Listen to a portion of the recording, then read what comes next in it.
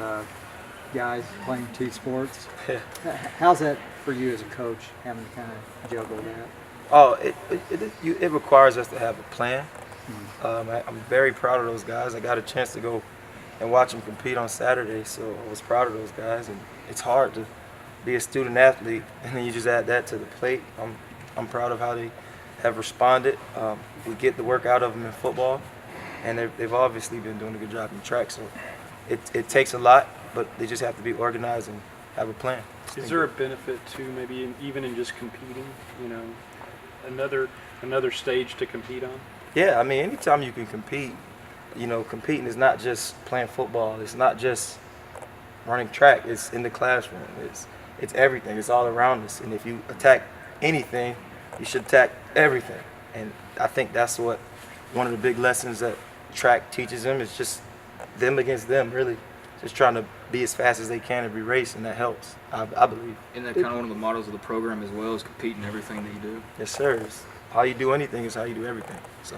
Do they ever go like both sports on the same day? Or how does that work? Yeah, I mean, this past Saturday we had our first padded practice. They left from practice and they went and ran the 100 and 110s and the 200, so, and the 4x4. So Okay. it takes a lot. It's probably a toll on their body, but these are young kids and they have it. They have it in them. They seem to do okay. Yeah. In track. Yeah, and it's good because a lot of people in recruiting, they tell their kids, yeah, you could do this sport. Well, the proof is in the pudding. You want to run track at the highest level and play football at the highest level and go to class at the highest level.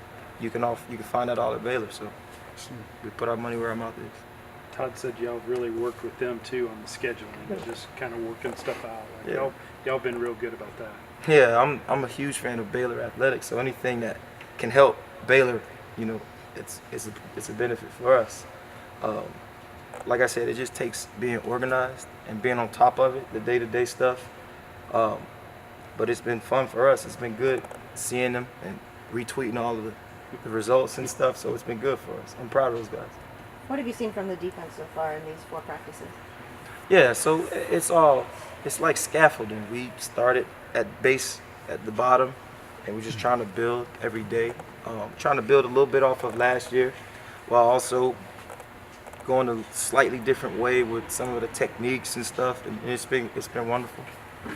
We have guys. We have some knowledge vampires, like Mark Milton. He wants to know every single thing that happens, and it's a good thing because I can see the maturity and the growth. And you got like Jameson Houston. These guys just coming in, studying tape, and even Graylin, who can't do one rep this spring. He's just attacking off the field, attacking the playbook. So it's been good. Do you have Mark playing cornerback and safety, or No, Mark is a cornerback. For just us. cornerback? Yes. Okay. Yeah. We were talking to Boogie just a second ago. What are you doing with him this spring as far as obviously balancing the track thing like the others are, but in particular with him, how are you kind of managing that? Yeah, I mean, as you can tell, Boogie's a world-class athlete by most standards, and he just needs to be refined. I'm sure it's the same in track. Fast people run fast. He's a great athlete, so he's going to do athletic things. I just have to refine his technique. I have to get his breaks better because they're already pretty good. I have to get his lateral movement better. Just the same things I'm targeting with the rest of the guys, but I have to be even more specific because of the time that I have with the track kids. It's a little bit less than the other kids. So I just have, like I said, I have to have a plan for them, and it's worked out well so far. When y'all were recruiting him, I mean, speed obviously it stood out to you, but what really stood out to you about him during the recruitment? You see his times, and I've never been to a track meet, but I did go to a basketball game, and he is uber athletic, and he can run, he can jump, he can change directions. I feel like we have that combination of skill set in more than one person on our defense, especially in the secondary. I feel like Riley Tejada is as fast and on the field, and he's as athletic. I feel like JT is the same. Those guys are all fast and they're athletic, and we just got to hone in the specific skills of the QB. That's it. You just have JT at safety, or does he play both at all? Yeah, JT plays safety. He probably could play corner, but he Yeah. plays safety for us. He's a young guy who we're excited to see grow. You know, from year 1 to year 2, I think they make the biggest step. You know, Okay. we have Zeke Brown. He's doing both. He's doing safety and corner, and we also have we're training Jamison Houston. And he's Okay. embraced that role pretty well too. Still have Raleigh at corner then? Yes, sir. Okay. Yes, sir. Is A the, couple more. Is the shortage of bodies in spring ball affecting you any?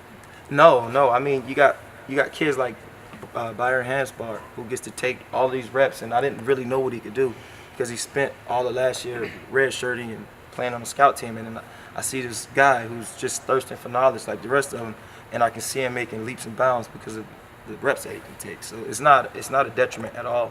You know, you get to see what everyone can do. So it's been good for us. Other than for the freshmen, Phil Snow's defense, is that pretty much all installed now? And you guys, it's just a matter of players learning it and then just being able to execute it? Yeah, like I said, we wanted to start from the base. We wanted to take it slow because it's spring ball. It's more about honing in on certain techniques and body positioning and stuff like that. So that's what we've been doing. We've just been taking it really slow and going at our pace, making sure everything is good before we move on to the next step. All right. Thanks, Stu.